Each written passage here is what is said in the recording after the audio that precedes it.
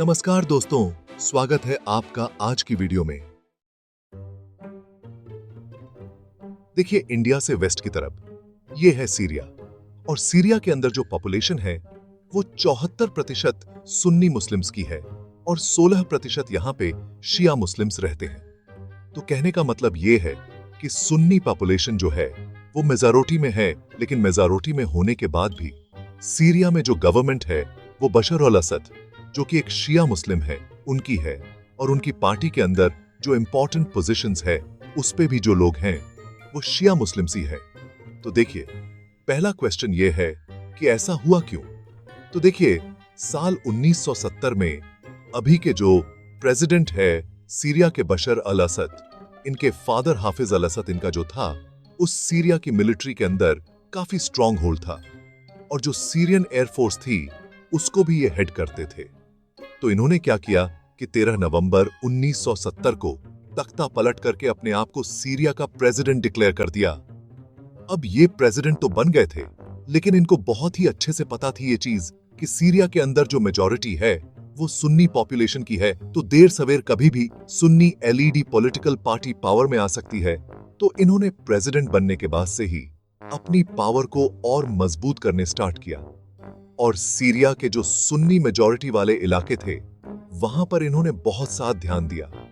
अपनी intelligence agencies भी लगाई ताकि छोटे से छोटा इश्यू भी हो तो उस पर ध्यान रखा जाए, और कोई ऐसा इश्यू ना खड़ा हो जाए जहां पे सुन्नी एलईडी पॉलिटिकल पार्टीज हैं वो अपना वर्चुअस फुर बना ले। और अपनी पावर का यूज करके इन्होंने ऐसे रूल्स बनाए जिसमें ऑपोजिशन जो था वो एकदम खत्म हो गया था। कॉन्स्टिट्यूशन को अपने हिसाब से चेंज कर दिया था, सीक्रेट एजेंसीज और मिलिट्री का एक्सटेंसिव यूज किया, मीडिया वगैरह सब कोई अपने हिसाब से कर दिया, और पावर को पूरी तरीके से अपने हाथों में रखा। और सिर्फ इतना ही नहीं, इसके साथ साथ जो शिया पॉपुलेशन थी सीरिया के अंदर, उनको फेवर करने के भी एलिगेशंस इनके ऊपर टाइम टू टाइम लगते रहे हैं। और देखिए, इसके बाद साल आता है 2000, और इस साल में हफीज अल असद की डेथ हो जाती है, और फिर इनके बाद इनके बेटे जो अभी भी प्रेसिडेंट है सीरिया के, बशर अल असद, ये सीरिया के प्रेसिडेंट बनते हैं। और ये जब प्रेसिडेंट बने तो इनके आने से भी कोई चेंज नहीं हुआ। इन्होंने अपने फादर की जो पॉलिसीज थी उनको कंटिन्यू किया। अब देखे, ये जो तानाशाही चल रही थी, इसको लेकर सीरिया के अंदर जो सुन्नी पॉपुलेशन थी उनके मन में थोड़ी सी परेशानी थे। इसके साथ सीरिया के जो लोग थे उनको इकोनॉमिकली भी दिक्कतें आना शुरू हो गई। लोगों के पास पैसे एकदम कम हो गए, खाने की दिक्कत आने लगी। तो कहने का मतलब यह है कि सीरिया के लोग जो तानाशाही से परेशान थे, उसके साथ साथ पैसे और एम्प्लॉयमेंट की कमी से भी परेशान होने लगे। सीरिया के अंदर गरीबी बहुत ज्यादा बढ़ गई थी। अब सीरिया में जब यह सारी चीज चल रही थी तो इसके साथ साथ एक चीज और सीरिया से लगे हुए जो आसपास के देश थे जहां पे डिक्टेटरशिप थी, जैसे Tunisia, Egypt, Libya, Yemen, Jordan, वहां पे अरब स्प्रिंग चल रही थी। मतलब कि जो डिक्टेटर थे इन कंट्रीज में, उनके खिलाफ आम जनता प्रोटेस्ट कर रही थी कि तानाशाही को हटाओ और इलेक्शन कर रहा वहां पे। बेसिकली वो डिक्टेटरशिप की जगह डेमोक्रेसी या फेयर फ्रीडम की मांग कर रहे थे। और ये जो इन देशों में प्रोटेस्ट चल रहे थे, ये कोई नॉर्मल प्रोटेस्ट नहीं थे। इनका बहुत बड़ा इंपैक्ट पड़ रहा था अरब कंट्रीज के अंदर, जिसके जितने भी डिक्टेटर थे वो बहुत ज्यादा डर रहे थे। जैसे लीबिया में गद्दाफी को मार के इलेक्शन वगैरह करवाएंगे। तुनीशिया में 23 साल से रूल करने वाले तानाशाही बेन आली को भी देश छोड़ के भागना पड़ा। इजिप्ट में 30 साल से रूल कर रहे हैं होस्नी मुबारक जो थे, उनको भी अपनी कुर्सी छोड़नी पड़ी। जबकि इन्होंने बहुत ज्यादा ट्राई किया कि प्रोटेस्टर्स वगैरह जो थे उनको रोकने के लिए इन्होंने मिलिट्री टैंक वगैरह तक रोड पे उतार दिए थे, लेकिन उसके बाद भी ये रोक नहीं पाए थे। ये इस तरीके से लोग इकट्ठा होके जगह जगह प्रोटेस्ट कर रहे हैं। ये रीजन में डिक्टेटर जो थे वो डरे हो गए थे। अब ये सारी चीजें जो सीरिया के आसपास के देशों में चल रही थी, तो ये जो न्यूज थी ये सीरिया के अंदर भी पहुंचती है। रेडियो के थ्रू, टीवी के थ्रू, न्यूज़पेपर के थ्रू लोगों तक ये बातें पहुंचती हैं। और देखिए, इसमें सोशल मीडिया का बहुत इंपॉर्टेंट रोल रहा है। जो अब आएगा आगे। लेकिन उससे पहले एक चीज बता दूं आपको कि आज की डेट में सोशल मीडिया हम सबकी जिंदगी का बहुत इंपॉर्टेंट पार्ट बन चुका है। इसके फायदे तो हैं, लेकिन इसके कुछ ऐसे डिसएडवांटेजेस भी हैं। अब सीरिया के अंदर भी तानाशाही से तो लोग परेशान थे ही थे, दूसरी गरीबी और भूखमरी भी बहुत ज्यादा बढ़ती जा रही थी। तो बशर अल असद को भी इस बात का डर था कि ये जो बाहर के देशों में चल रहा है, ये कहीं सीरिया के अंदर ये चीज ना शुरू हो जाए। तो बशर अल असद ने इससे निपटने के लिए अपनी सारी सिक्योरिटी को पहले से ही अलर्ट पर रखा था कि छोटी चीज भी हो उसको इग्नोर नहीं करना है। और ये जो प्रोटेस्ट आसपास के देशों में चल रहे हैं, ये सीरिया में नहीं शुरू होने चाहिए। लेकिन बशर अल असद को बिल्कुल ये पता नहीं था कि जैसा वो सोच रहे हैं उसका बिल्कुल उल्टा होगा। अब होता क्या है कि फरवरी 2011 का टाइम था और सीरिया के साउथ में एक दारा नाम की जगह है और यहां पर एक स्कूल था जो कि ऑल उमारी एक मस्जिद थी, उससे थोड़ी दूर पर ही था। तो इस स्कूल के अंदर 7वीं क्लास में एक 14 साल का बच्चा था जिसका नाम था मुआविया सियासने। ये नाम आप याद रखेगा। आप हैरान हो जाओगे कि इस 14 साल के बच्चे के एक इंसिडेंट की वजह से पिछले 10-12 साल से सीरिया के अंदर सबसे कॉम्प्लिकेटेड सिविल वॉर चल रही है और दुनिया भर की super power US, Russia, Iran, यहां तक कि आईसिस जैसे आतंकी ऑर्गेनाइजेशन जो है, ये सब आमने सामने आके खड़े हो गए। तो ऐसा कर क्या दिया था इस लड़के ने, वो भी डिस्कस कर लेते हैं। एक्चुअली 26 फरवरी 2011 का दिन था और मुआविया जो था इसके साथ 14 और स्टूडेंट से जो बाकी लोगों की तरह हैं, आसपासी कंट्रीज में जो प्रोटेस्ट चल रहे थे तानाशाही के खिलाफ, उसको न्यूज और रेडियो के थ्रू सुन रहे थे। तो सेम डे क्या होता है कि मुआविया जो था इसने अपनी स्कूल की दीवार पे अरेबिक में लिखा इज योर टर्न डॉक्टर। ये ओरिजिनल पिक्चर है उस दीवार की। एक्चुअली बशर अल असद जो सीरिया का प्रेसिडेंट था, ये लंदन से वेस्टर्न आई हॉस्पिटल से पढ़ाई करके आया था, तो सब लोग इसको डॉक्टर भी कहते थे। अब मुआविया ने ये चीज लिख तो दी थी दीवार के ऊपर, लेकिन उसको बिल्कुल भी, जो कि बशर अल असद का रिश्तेदार था आतिफ नजीब, उस तक भी ये बात पहुंच चुकी थी और वो बहुत ही गुस्सा हो जाता था। इसको बहुत ही अच्छे से पढ़ा था कि आसपास के देशों में तानाशाही के खिलाफ पढ़ा करना शुरू करती है। किसने ये सब लिखा है, लेकिन कोई भी ये बताता नहीं है कि किसने ये लिखा है। अब जब ये थक हार जाते हैं तो टोटल 15 बच्चे थे जिन पे इनको शक था। उनको करीब 4 बजे ये लोग उठा के ले जाते हैं, जिसमें मुआविया भी था। अब इनको उठा के ले जाने के बाद जो सिक्योरिटी फोर्सेस थी सीरिया की, वो इन बच्चों को बहुत ज्यादा टॉर्चर करती है। इनको मुर्गा बना के लटका देते, नाखून खींच लेते हैं, इनके पानी डाल के करंट लगाते हैं, इन्हें बिल्कुल अधमरा कर देते हैं।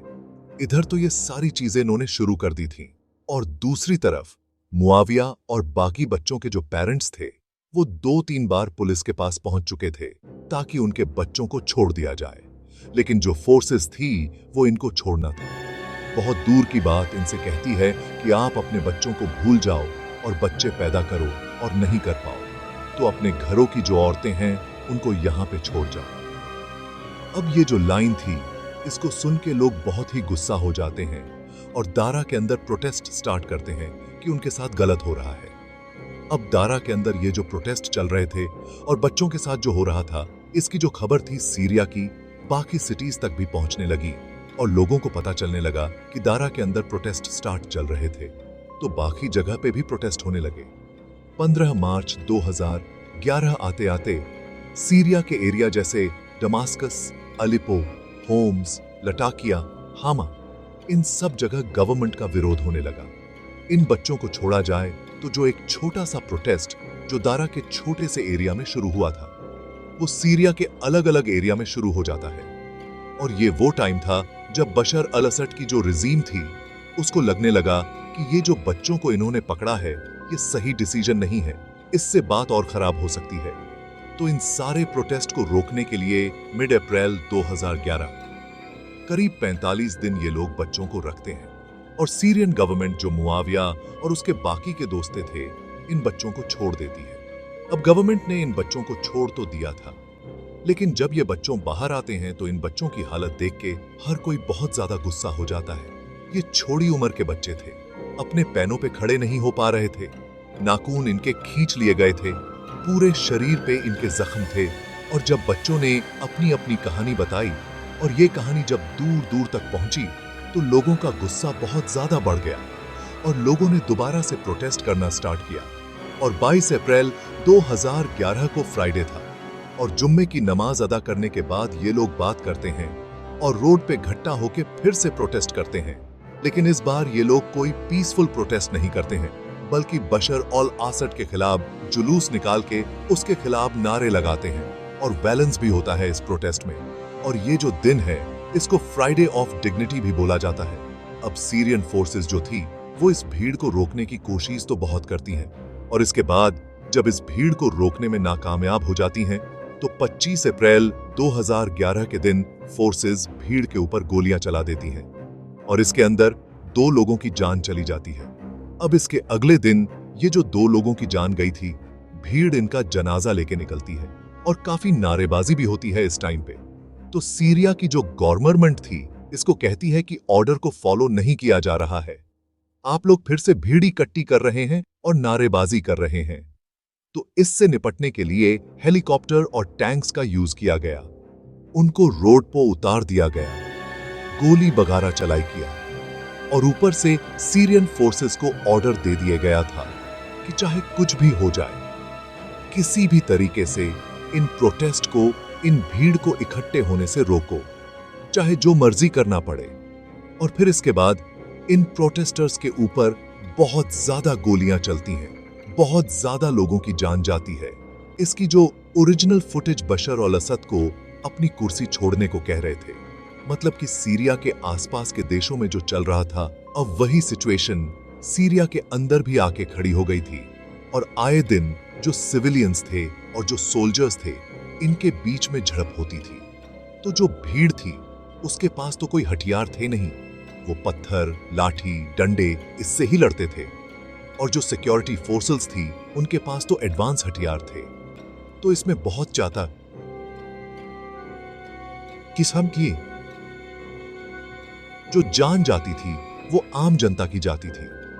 और इसके साथ साथ जो भीड़, जो प्रोटेस्ट होता था, इसमें जो चोट लगती थी लोगों को, वो लोग जब जख्मी होके हॉस्पिटल जाते थे तो हॉस्पिटल के अंदर भी गवर्नमेंट ने पुलिस वाले खड़े कर दिए थे। जो भी प्रोटेस्टर को चोट लगता था उसको वहीं से पुलिस उठा के जेल में डाल देती थी। तो एक इतना से ऐसा हो गया था कि इन झड़प में जिसको चोट लग जाती थी उसका जेल जाना तय हो जाता था। तो अब इससे निपटने के लिए लोगों ने हॉस्पिटल जाना बंद किया और वहीं पास में एक अलमारी मस्जिद थी। लोगों ने हॉस्पिटल जाने की बजाय उसी मस्जिद में कुछ जो डॉक्टर थे उन्होंने मिलके इलाज वगैरह करना स्टार्ट किया और एक फर्स्ट एड टाइप का अरेंजमेंट वहां पे एस्टेब्लिश कर लिया।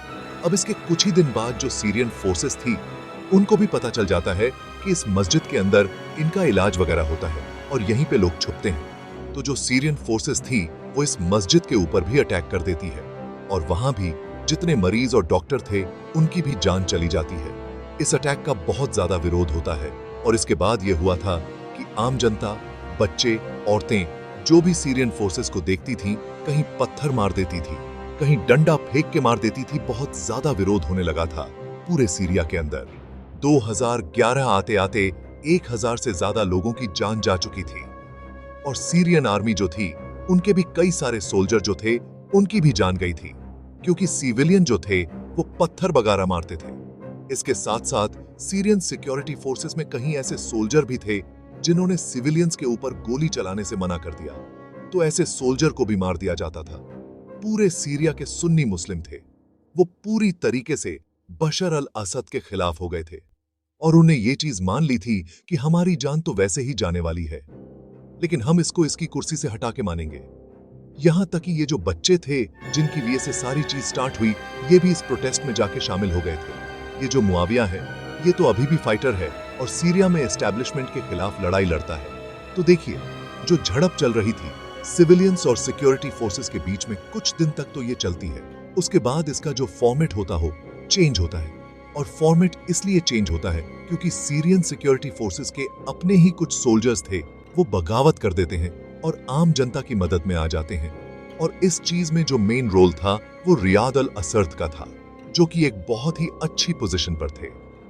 सीरियन आर्मी के अंदर ऐसे ही एक महरूम नाम का आदमी था, जो कि 20 साल तक सीरिया में एक चार्टर्ड अकाउंटेंट का काम करता था और अपनी बहुत ही यंग एज में नेशनल सर्विस के अंडर आर्म फोर्सेस में इसने फाइटर पायलट की भी ट्रेनिंग ली थी। तो इसने क्या किया कि सीरियन गवर्नमेंट के खिलाफ लड़ने के लिए आम जनता में से लोगों को उठा के छोटी छोटी फाइटिंग यूनिट बनाई। पहली यूनिट जो इसने बनाई थी उसमें 15 लोगों की बनाई थी और फिर 29 जुलाई 2011 को इसको ऑफिशियली एक नाम दिया गया, फ्री सीरियन आर्मी। ये जो फ्री सीरियन आर्मी थी, इसका काम ये था कि ये जो सीरिया की सिक्योरिटी फोर्सेस है लोगों पे हमला कर रही है, इनसे लड़ेंगे, हथियार उठा के लड़ेंगे और बशर अल असद को गवर्नमेंट से हटा के एक फेयर सिस्टम रखेंगे जहां पे ये सब ना हो।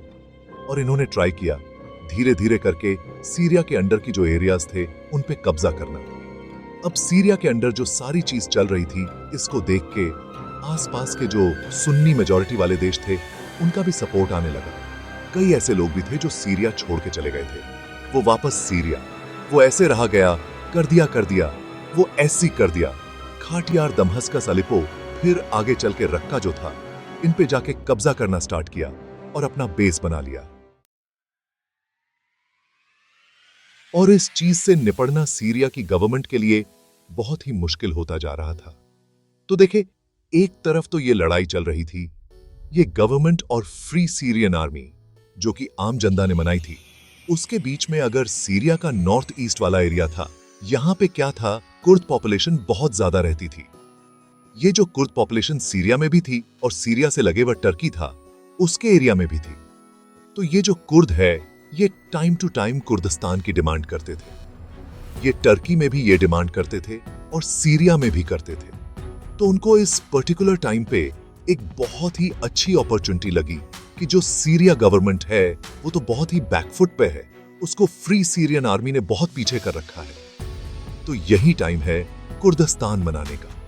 तो जो कुर्द थे, उन्होंने सीरिया के नॉर्थ ईस्ट साइड में भी कब्जा करना स्टार्ट कर दिया।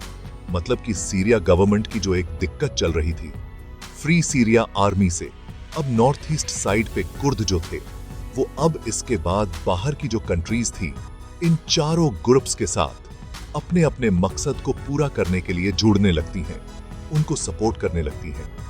अब इसकी वजह से होता क्या है कि सीरिया एक बैटल ग्राउंड बन जाता है और दुनिया की सबसे कॉम्प्लिकेटेड सिविल वॉर जो है वो यहां पे शुरू हो जाती है, जिसमें मल्टीपल कंट्रीज और सुपर पावर जो थी वो एक दूसरे से भिड़ने लगती हैं।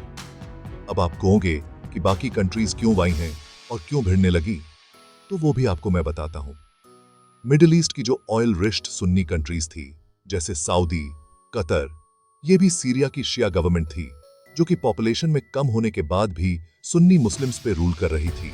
इससे ये कुछ नहीं थी, तो इन्होंने बशर अल असद के खिलाफ जो फ्री सीरियन आर्मी लड़ रही थी, उसको पैसे से सपोर्ट किया।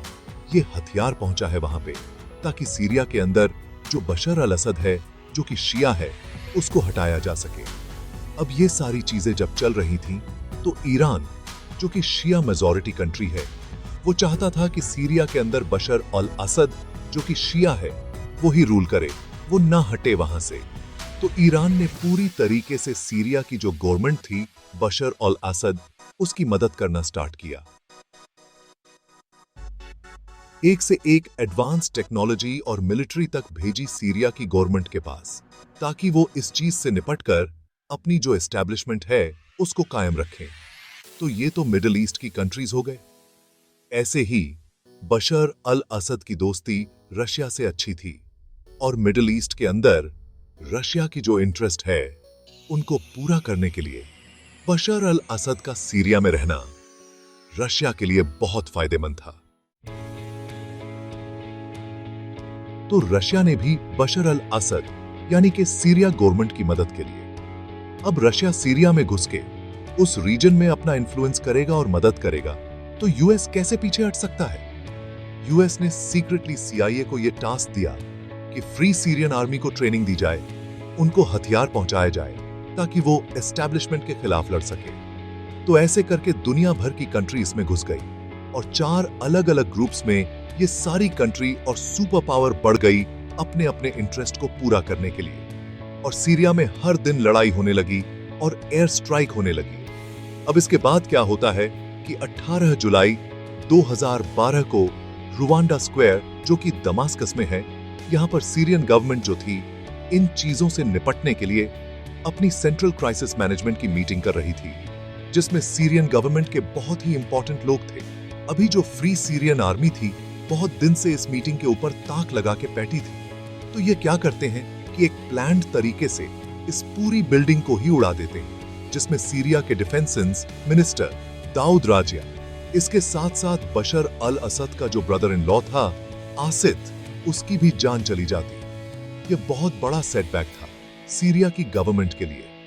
और इस इंसिडेंट के बाद बशर अल असद बहुत ज्यादा गुस्से में आ जाता है। इसके बाद वो back to back free Syrian army पे हाथ में चीजें आ नहीं रही थी। ये जो फ्री सीरियन आर्मी के जो रेबल्स थे ये इनको पीछे नहीं कर पा रहे थे। और ये जो गहूता था दमास्कस के अंदर, यहां पे सुन्नी पॉपुलेशन बहुत ज्यादा थी। और स्पेशली ईस्ट साइड में क्या था कि जो पॉपुलेशन थी वो पूरी तरीके से सीरिया की गवर्नमेंट के अपोज में थी। और मल्टीपल टाइम सीरिया की गवर्नमेंट और यहां की पॉपुलेशन के बीच में बहुत बार लड़ाइयां हुई हैं, लेकिन उसके बाद भी सीरिया की गवर्नमेंट इनको रोक नहीं पा रही थी। और इस एरिया से ही जॉर्डन के थ्रू हथियार पहुंच रहे थे।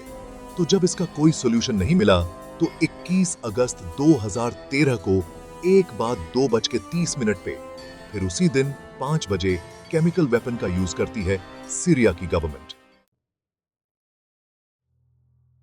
एक सरिन नर्व एजेंट था, उसका यूज किया गया।